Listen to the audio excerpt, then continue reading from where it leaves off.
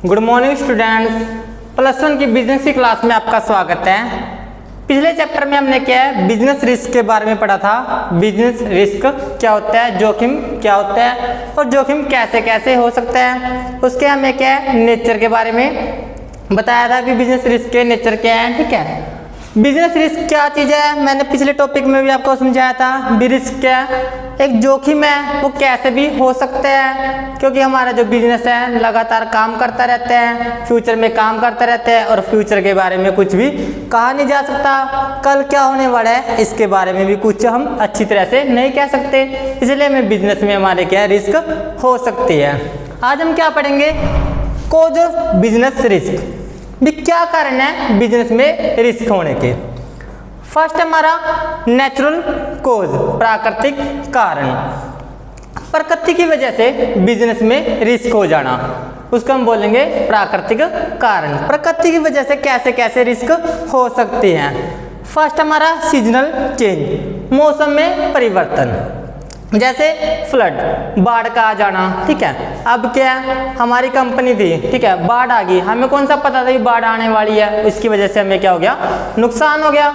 Snowfall, हिमपात, जैसे क्या बर्फ वगैरह पड़ गई, उसकी वजह से हमें क्या हो गया, रिस्क हो गया। भी रिस्क कैसे भी हो सकता है, मौसम की वजह से।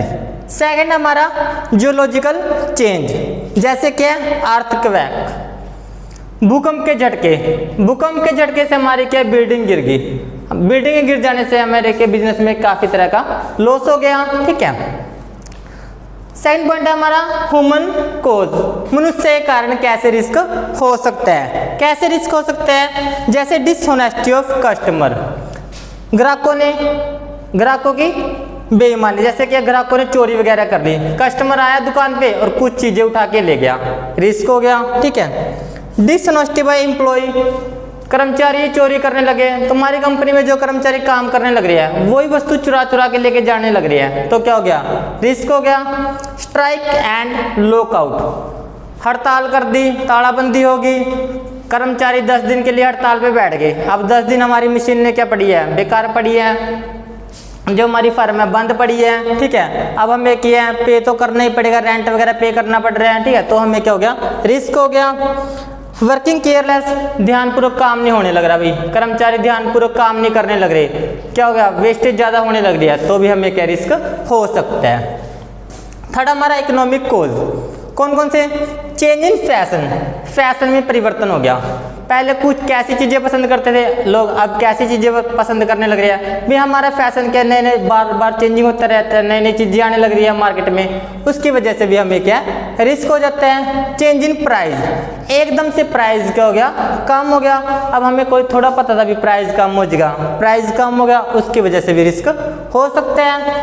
इफेक्ट ऑफ कंपटीशन, पहले मार्केट में हमारी फर्म थी, ठीक है, अब कोई नई फर्म आ गई, नई फर्म आने की वजह से क्या हो गया, हमें रिस्क उठाना पड़ेगा क्योंकि कुछ जो हमारे कस्टमर से दूसरी फर्म पे भी चले गए, तो भी क्या रिस्क हो सकता है। Providing facility of the consumer, तुमने क्या ज़्यादा फैसिलिटी प्रोवाइड करवा दी कंज्यूमर को, ग्राहक आया, कोल्ड ड्रिंक वगैरह की सुविधा दी, अच्छे एसी वगैरह के बैठने की सुविधा दी, फिर फैसिलिटी क्या दे दी, ज़्यादा दे दी, ज़्यादा फैसिलिटी देने से भी तुम्हें क्या रिस्क हो सकता है।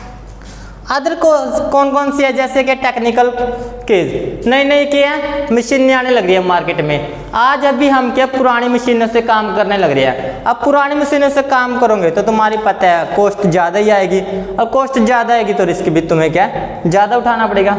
मैनेजरियल कोज, जैसे कि प्रबंध ने क्या पॉलिसी वगैरह सही नहीं तैयार की, अगर प्रबंध की सही पॉलिसी नहीं होगी तो भी रिस्क हो सकता है। भी रिस्क किसी भी कारण से हो सकता है।